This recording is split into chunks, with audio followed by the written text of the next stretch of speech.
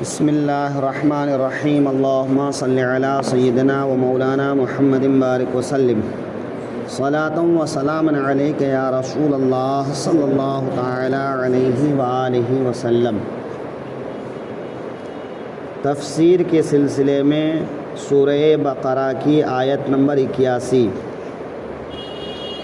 اللہ تبارک و تعالی ارشاد فرما رہا ہے، بلا من کسب سیئۃ واحاطت بہ خطیئتہ فاولئک اصحاب النار ھم فیہا خالدون۔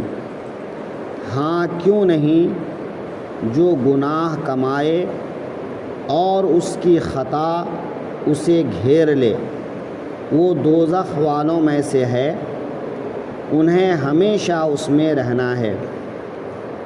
یعنی پچھلی آیت میں یہ کہا گیا تھا کہ تم لوگ اللہ کے بارے میں ایسی باتیں کہہ رہے ہو جن باتوں کا تم کو علم نہیں ہے۔ تو اس آیت میں فرما رہا ہے بلا، ہاں یہ بات صحیح ہے کہ وہ لوگ ایسی بات کہہ رہے ہیں جن باتوں کا ان کو علم نہیں ہے۔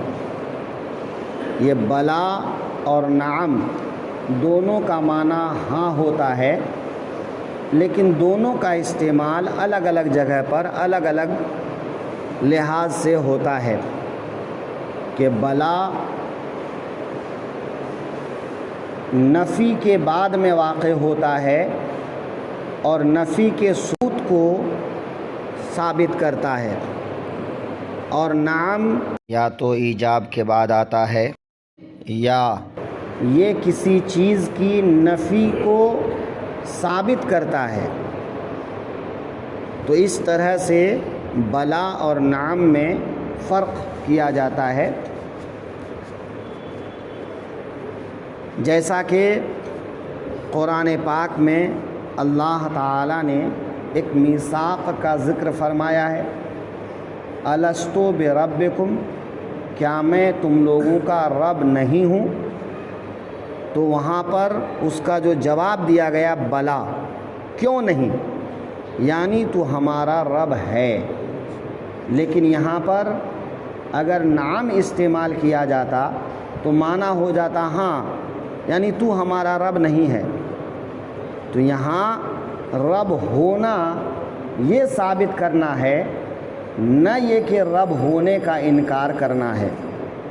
تو ایسے ہی یہاں پر کہ ان لوگوں کا ایسی بات کہنا جن باتوں کا ان کو علم نہیں، ان کا ثبوت ہے۔ من کسبہ، یہ کسبہ کسب کہتے ہیں، دل سے یا جسم سے کسی کام کو کرنا۔ اس کو یوں بھی کہہ سکتے ہیں کہ قلبی اور جسمانی کام کو کسب سے تعبیر کرتے ہیں، مالی کام کو کسب سے تعبیر نہیں کرتے ہیں، کہ جو چیز مال سے حاصل کی جاتی ہے اس کو کسب نہیں کہتے ہیں۔ تو یہاں پر کسب سے مراد کہ جو ان کے دل یا ان کے جسم کرتے ہیں وہ کیا ہے؟ سیئۃً۔ یہ سیئۃً سوء سے بنا ہے، سوء کے معنی برائی، گناہ، خطا۔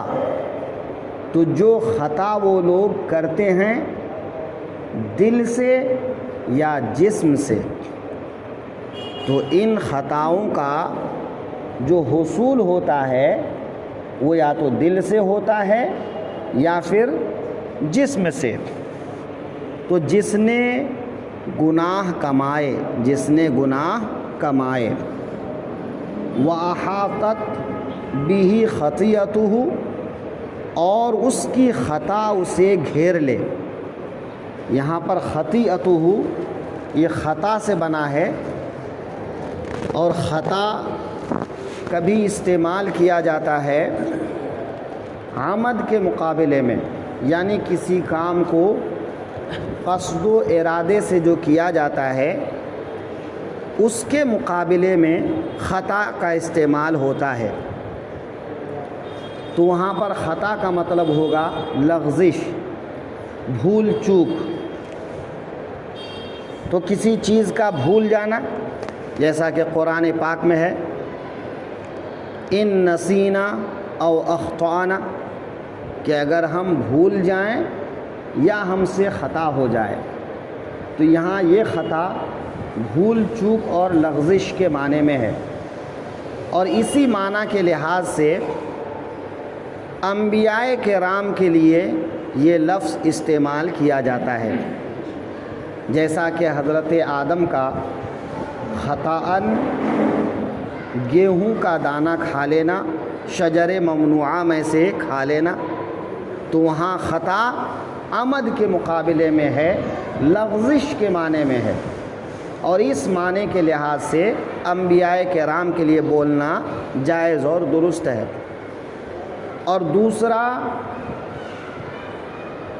کسی صواب یعنی درست کے مقابلے میں بولتے ہیں، یعنی صحیح راستے سے بھٹک جانا، سیدھے راستے سے بھٹک جانا، تو اس معنی کر کفار کے لیے بولا جاتا ہے کہ کفار اپنے خطاؤں کی وجہ سے، یعنی اپنے کفر کی وجہ سے سیدھے راستے سے بہکے ہوئے ہیں، اور وہ اپنے دل سے، اپنے جسم سے، اپنے وجود سے جو گناہ کر رہے ہیں وہ حق کے راستے سے ہٹ کر رہے ہیں، تو ان کی خطائیں ایسی ہیں کہ جو ان کے پورے کو گھیر لے، چاہے وہ پوری زندگی کو گھیر لے یا پورے وجود کو گھیر لے۔ پوری زندگی کو گھیر لے یعنی کفر میں رہا، کفر بکتا رہا اور کفر پر اس کی موت ہوئی، تو کفر نے اس کی پوری زندگی کو گھیر لیا۔ یا پھر یہ کہ وہ جسم سے جو بھی کام کیا وہ کفریات کے کام کیا، کہ دل سے، جسم سے، جوارے سے جو بھی کام کرتا رہا وہ کفر ہی کا کام کرتا رہا، تو کفر اس کی پوری زندگی یا پورے جسم کو کیا کر لے، گھیر لے، کہ زبان سے بولا تو کفر، ہاتھ سے کیا تو کفر، پیر سے چل کے گیا تو کفر کی طرف، تو کفر اس کے پورے جسم کو گھیر لے۔ گنہگار مسلمان وہ اگرچہ خطا کرتا ہے لیکن خطا اس کی زندگی کو یا اس کے جسم کو گھیر نہیں لیتا ہے، کہ اس کی جب موت ہوتی ہے تو ایمان پر موت ہوتی ہے اور وہ گناہ کے ساتھ کچھ اچھے کام بھی کر لیتے ہیں، لہذا خطا اس کی زندگی کو یا اس کے جسم کو گھیرتا نہیں ہے۔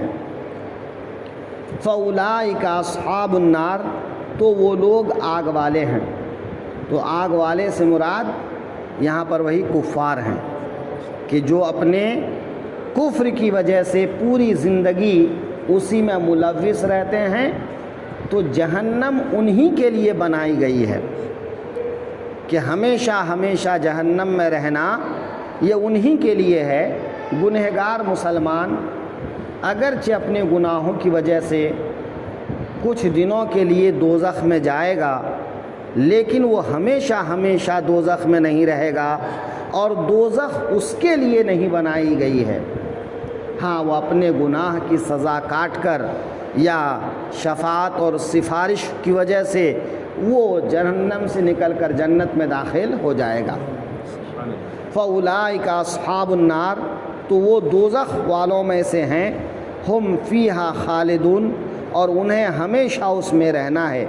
یہ گویا کہ اولئک اصحاب النار کا معنی ہے کہ وہ لوگ آگ والے ہیں، دوزخ والے ہیں، مطلب یہ کہ دوزخ میں ان کو ہمیشہ ہمیشہ رہنا ہے۔ تو یہ وہی یہود اور نصارہ یا عام کفار کہ جو اپنے کفر میں پوری زندگی مبتلا رہتے ہیں، تو ان کے لیے انجام یہ ہے کہ وہ آگ والے ہیں، دوزخ والے ہیں، اور وہ دوزخ میں ہمیشہ ہمیشہ رہنے والے ہیں۔